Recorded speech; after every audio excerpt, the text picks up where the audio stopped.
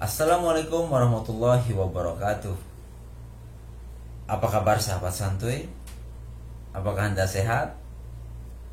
Semoga kita tetap dalam lindungan Allah Subhanahu wa Ta'ala.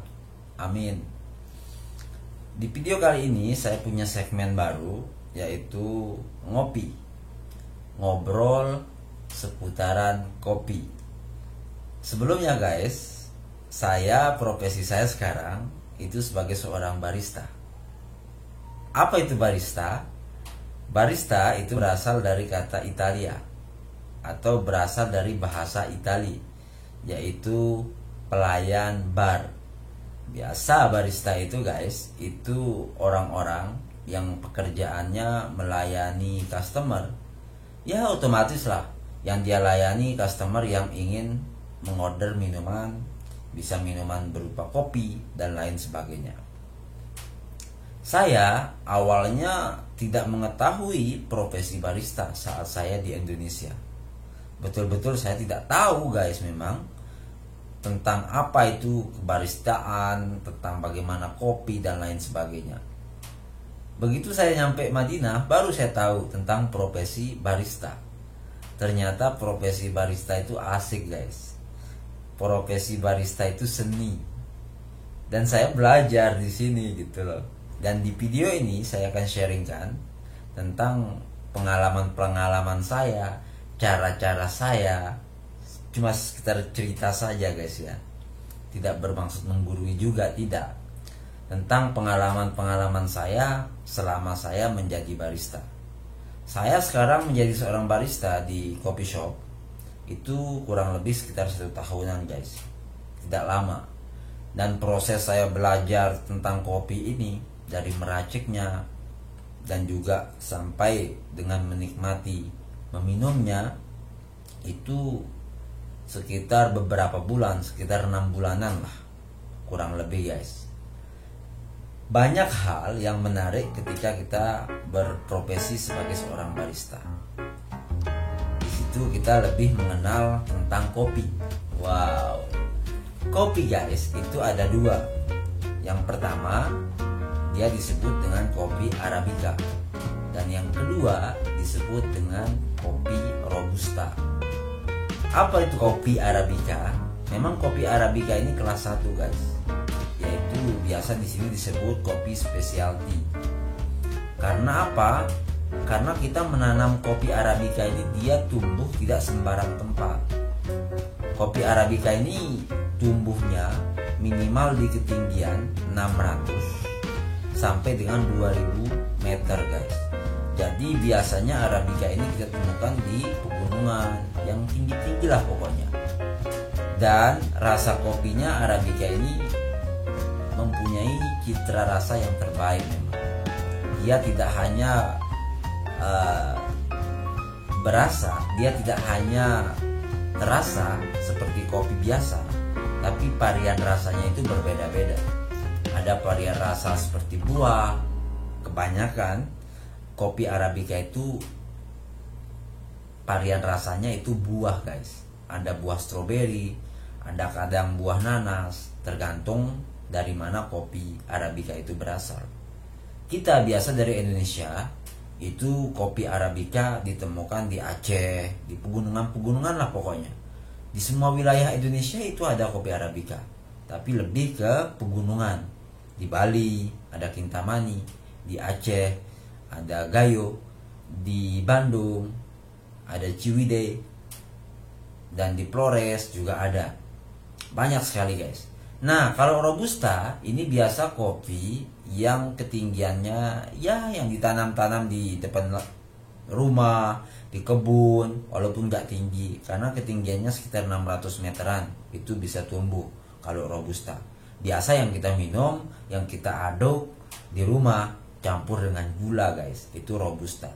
Dan biasa Robusta ini memang kopinya agak pahit. Varian rasanya itu tidak menarik gitu loh.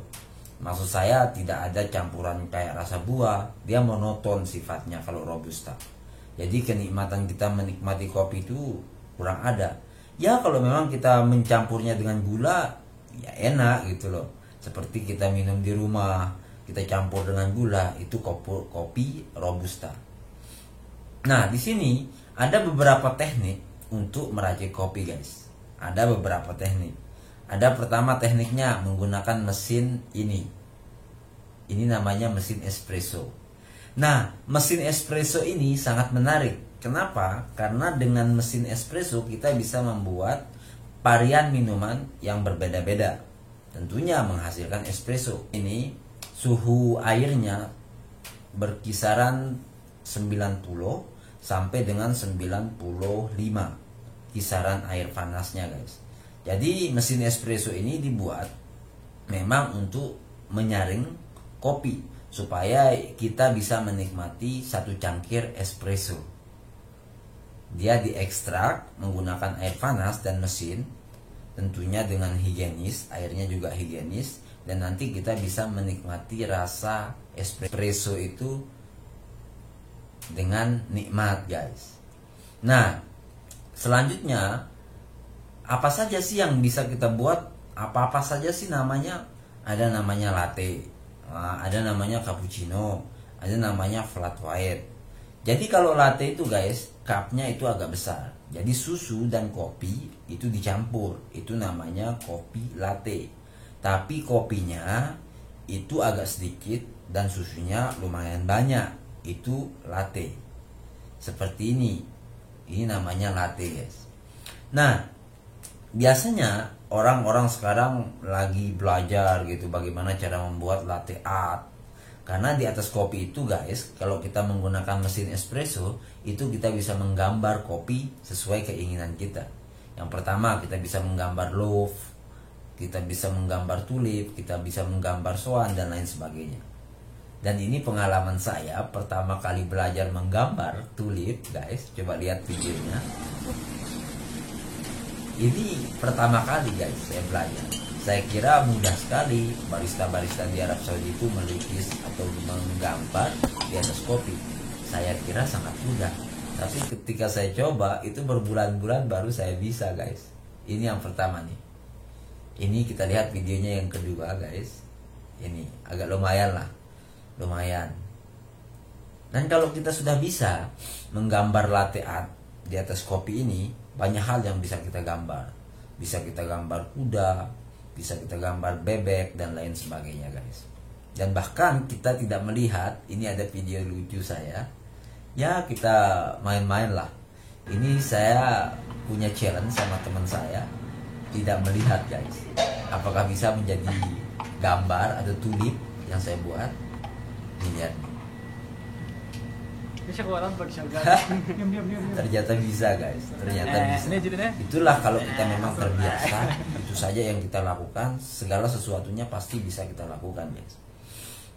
Selanjutnya, guys, setelah kita membuat dengan mesin espresso seperti yang ini, kita juga bisa membuat dengan menggunakan metode brew method, atau ada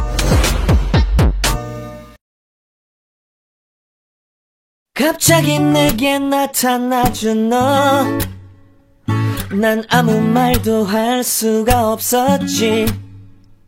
첫눈에 반한다는 이야기가 널 보는 순간 이해가 됐어. 매번 야야야야야 불러 널 야야야야, 내 맘을 고백하려고 타이밍만 보는 나. 그런 나를 넌 보며